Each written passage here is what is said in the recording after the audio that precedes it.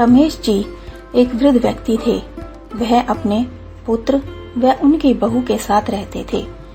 रमेश जी की पत्नी के देहांत को लगभग 1 वर्ष हो गया था।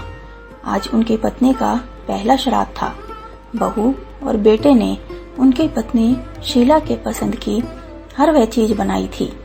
आज सुबह ही उनके बेटे और बहू ने एक ब्राह्मणी को बुलाया ताकि वह भोजन कर सके। भोजन में उनके बच्चों ने अपनी माँ के लिए खीर, पूरी, सीताफल की सब्जी इत्यादि बनाई जो शीला को बहुत पसंद थी। ब्राह्मणी को बड़े ही चाव से खाना खिलाया गया और दक्षिणा देकर विदा किया गया। रमेश जी यह सब अपने कमरे में बैठे बैठे देख रहे थे। उन्हें याद आ रहा था कि उनकी पत्नी खीर बड़े ही चाव से खाती थी। उन्हें खीर बहुत ही पसंद थी।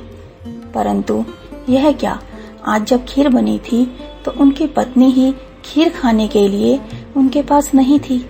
वह यह सब सोच ही रहे थे कि तभी उनका बेटा उनके कमरे में आ गया और अपने पिताजी को आवाज देने लगा। बेटे की आवाज सुनकर रमेश जी एकदम से चौंक गए। बेटे ने कहा, पिताजी आप भी खाना खा लीजिए। माँ के श्राद्ध का तो सारा काम पूरा हो गया है, अब आप खाना खा लीजिए। पिताजी ने थाली को देखा तो देखते ही उनकी आंखों में आंसू आ गए और झरझर झरने लगे।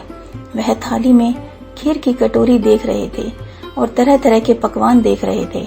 उन्होंने खीर की कटोरी को अलग से रख दिया और अपने बेटे से कहने लगे, बेटे तेरी माँ तो जीते जी खीर नहीं खा पाई, तो मेरा भी इस खीर को खाने का कोई मन नहीं है।